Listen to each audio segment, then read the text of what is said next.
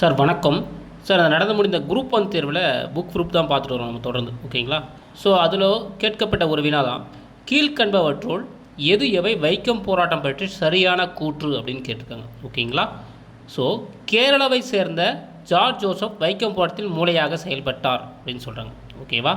சரி, அடுத்த கொஷின். அடுத்தது, தீண்டாமை சிக்கலில் கிறிஸ்துவரான ஜார்ஜ் ஜோசப் கலந்து கொள்வதில் காந்தி கருத்து வேறுபாடு கொண்டிருந்தார் அப்படின்னு சொல்கிறாங்க.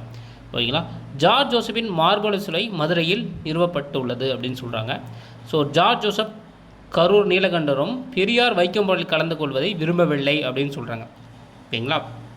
ஸோ இதில் சரியான கூற்று எதுன்னு பார்த்தீங்கன்னா 1, 2, 3 இது 3மே சரி சார். ஓகேங்களா? 1ம் சரி, 2ம் சரி, 3ம் சரி. ஓகேங்களா? ஸோ கேரளாவை சேர்ந்த ஜார்ஜ் ஜோசப் வைக்கம் போராட்டத்தில் மூளையாக செயல்பட்டிருப்பார். ஸோ தீண்டாமை சிக்கலில் கிறிஸ்துவரான ஜார்ஜ் ஜோசப் கலந்ததில் காந்தி கண்டிப்பாக கருத்து வேறுபாடு கொண்டிருந்தார். ஓகேங்களா? ஸோ ஜார்ஜ் ஜோசப் மார்பள சிலை மதுரையில் நிறுவப்பட்டிருக்க, மதுரை காந்தி அப்படின்னு நம்ம ஜார்ஜ் ஜோசப்பை சொல்லுங்கள். ரோசாப்புத்துறை ஜார்ஜ் ஜோசப் மதுரை காந்தின்னு சொல்லுவாங்க. ஒரு மார்பள சிலை இருக்குது. ஓகேங்களா? ஆனால் கலந்து கொள்வது விரும்பவில்லைன்னு கொடுத்துறாங்க. தவறு, கலந்து கொள்ள விருப்பப்பட்டிருப்பார். ஓகேங்களா? ஏன்னா ஜார்ஜ் ஜோசப் அழைப்பின் பேரில் தான் பெரியாரே வைக்கம் சத்தியத்தில் கலந்துருப்பார். ஓகேங்களா? சரிங்க சார், இதற்கு புக் ப்ரூஃப் எங்கே அப்படின்னா நம்ம முன்ன சொன்ன மாதிரி கா வெங்கடேசனுடைய புத்தகம் தான். ஓகேங்களா? ஸோ அதில் இங்கே பாருங்கள், வைக்கம் சத்தியாகிரகம் அப்படின்னு சொல்லுங்க.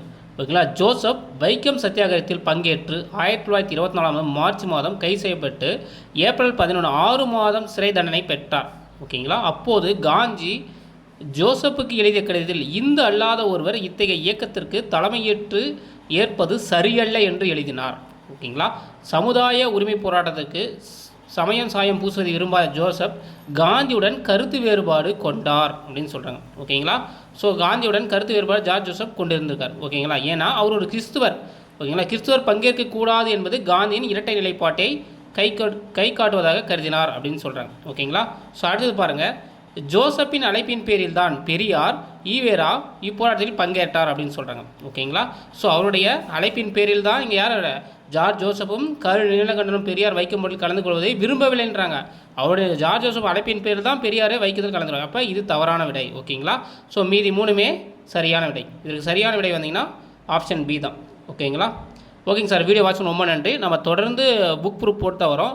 ஸோ அடுத்த வீடியோவில் அடுத்த வினா எங்கேருந்து கேட்கப்பட்டாங்கன்னு நம்ம பார்ப்போம். ஓகேங்களா? Okay sir, thank you. நம்ம சேனலை ஃபஸ்ட் டைம் வச்சுன்னா சப்ஸ்கிரைப் பண்ணுங்கள், சப்போர்ட் பண்ணுங்கள்.